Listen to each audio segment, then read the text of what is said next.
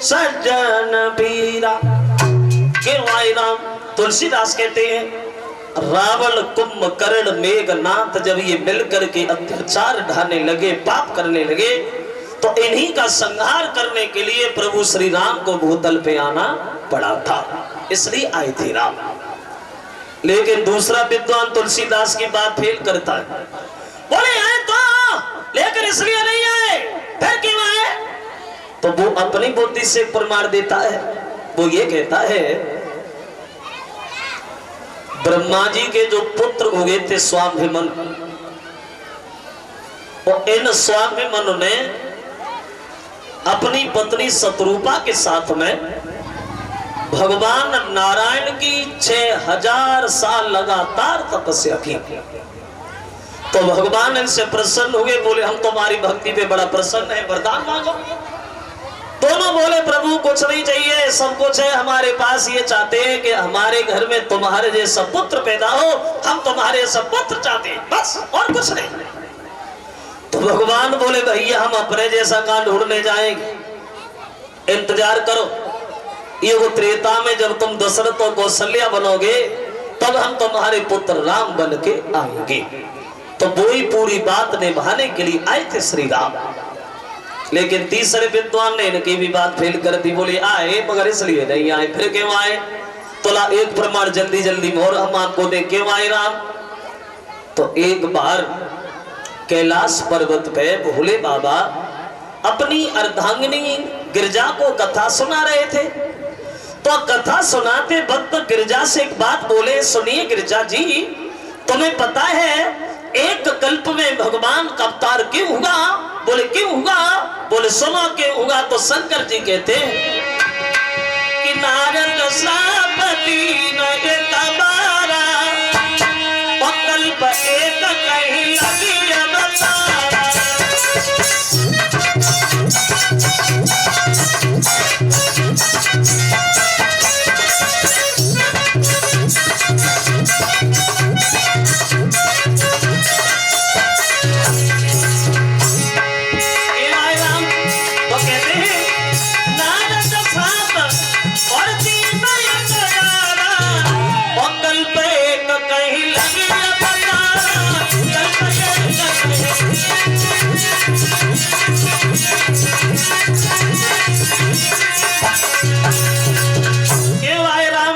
तुलसीदास ने ये बताया, भोले बाबा कहते हैं कि नारद श्रापति न एक बारा, और कल्प एक कहीं लगी अवतारा।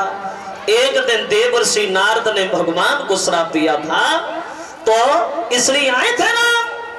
जो गिरजा ने शंकर जी के ये शब्द सुने तो गिरजा आश्चर्य में पड़ गई। गिरजा जी बोली प्रभु ये तो आप बिल्कुल गलत कह रहे हो, झूठ कह रहे हो। नारद भगवान को श्राप कैसे दे सकते हैं स्वामी जी? क्यों? क्योंकि नारद भगवान के बड़ा सेवक थे, बड़ा पुजारी थे, और पुजारी अपने स्वामी से कभी नाराज नहीं होता। तो आपने ये कैसे कह दिया कि नारद ने श्राप दिया? मैं तो नहीं मानूंगी भोले बाबा। मानना पड़ेगा गिरजा जी। क्यों? बोले सुना ना, क्यों? हम बता रहे हैं ना। इसलिए अवतार हुआ था एक कल्प में भगवान का। एक दिन देवर्षि नारद हिमालय पर्वत पर ठहर गए, और इन्होंने भगवान की इतनी कठिन तपस्या की श्रोता बंधुओं, जो इनकी तपस्या को देख करके देवताओं का राजा इंद्र भी घबरा गया। इंद्र मन में विचार करता है कि लगता है ये नारद महात्मा बल के नहीं जीना चाहते, हमारी गद्दी छीनना चाहते हैं। और एक बात और हम आपको साथ साथ बताएं, ये इंद्र इसलिए डरता था कहीं हमारी जो कुर्सी ना चली जाए, कहीं हमारी जो सीट ना निकल जाए। और देखो पहले ये इंद्र का नाम कोई टिकाऊ नाम नहीं था, इंद्र का नाम तो था मलद्रक। और ये इंद्र नाम की पहले पदवी हुआ करती थी, जैसे आजकल पद होता है प्रधान, प्रधानमंत्री, एमएलए, एमपी, मुख्यमंत्री, ऐसे पहले ये पद हुआ करते थे। पहले ये वोट नहीं पड़ते थे जैसे आजकल वोट पड़ते। पहले जो तपस्या में सफल हो जाता था वही उठा करके देवताओं का राजा इंद्र बना दिया जाता था। वह इंद्र को इसलिए डर रहता था कहीं हमारी जो कुर्सी न चली जाए, कहीं हमारी सीट न निकल जाए। पहले ये वोट नहीं पढ़ते थे जैसे आजकल वोट पढ़ते। और जब कुर्सी की आज से खींचातानी नहीं रही है, बहुत दिन पहले से रही है। जब कुर्सी जितनी बैठे हुए में नहीं टूट रही है, उतनी जब खींचातानी में टूट रही है। वो अपनी तरफ खींच रहा, वो अपनी तरफ खींच रहा, कैसे निकले सीट निकले। देखा होगा आप लोगों ने, हम तो देखते ही रहते हैं, इधर उधर घूमते रहते हैं। कभी आपने सोचा हो, देखा हो वैसे कभी ये लोग घूमने भी ना आए, और जब वोट पड़वे को न मरवाए, फिर देखो गली गली छावे मात। नेतन की मीठी बात, और जे वोट मांगे जोरे हाथ, और पीछे से जे मारे लात, कैसी राजनीति है।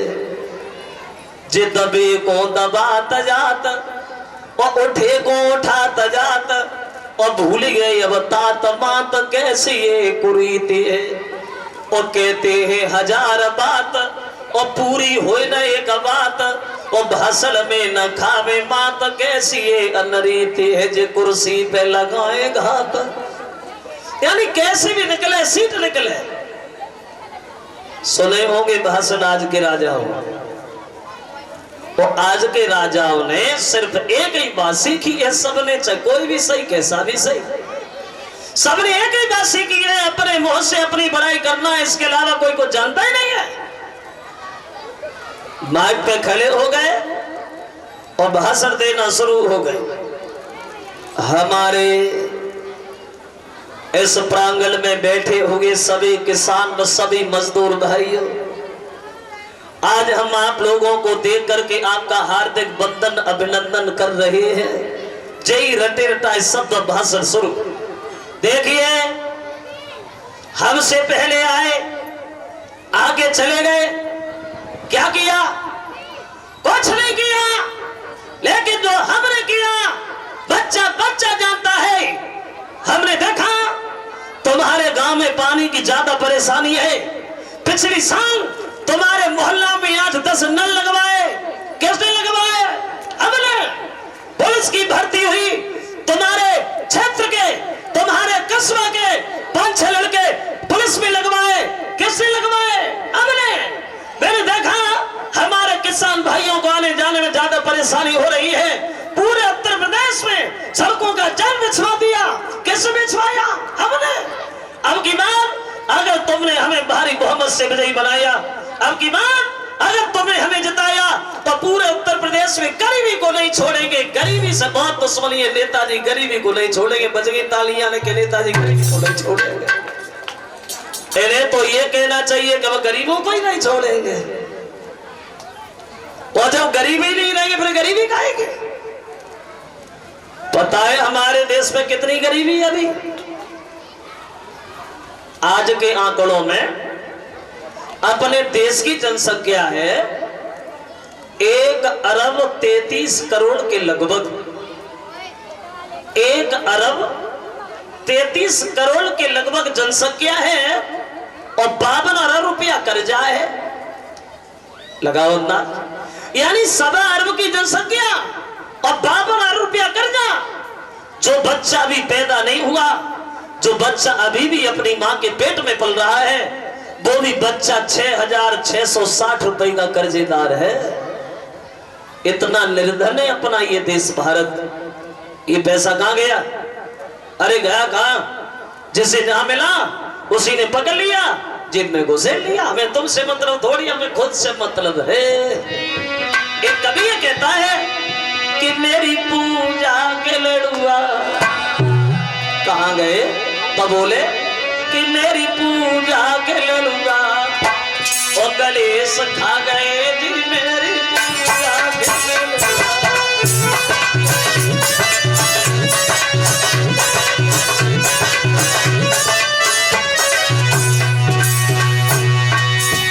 बोले कहां गए? जवाब दिया गणेश बहुत बड़े बेईमान। क्यों? बोले हमने लड्डू सामने रखे, आंखें बंद की, आंखें खोली, लड्डू खाए। बोले कहां गए? कि गणेश खा गए। जवाब दिया कि गणेश लड्डू खाते खाते कैसे खाए? खाए बड़ा सवाल है, कैसे खाए?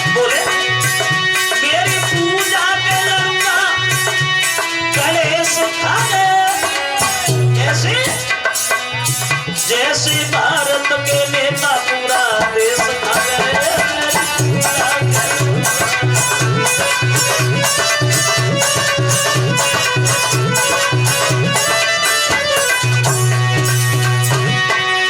जैसे भारत के नेता पूरा देश खा गए,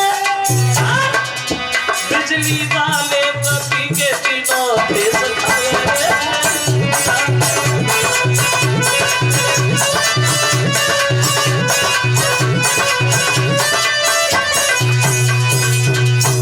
तो इंद्र इसलिए डर गया कहीं हमारी जब कुर्सी ना चली जाए, सीट ना निकल जाए।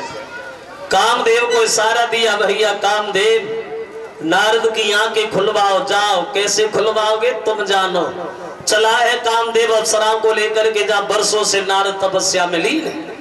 कामदेव जब अपनी माया दिखाता है, अप्सराएं नाचने लगी, नारद के ऊपर चुनरियां फहराने लगी, और नारद की आंखें खुलवाने के लिए कामदेव एली से चोटी तक की ताकत झोंकने लगा। हुआ ऐसा कि उस कामदेव के इशारे पे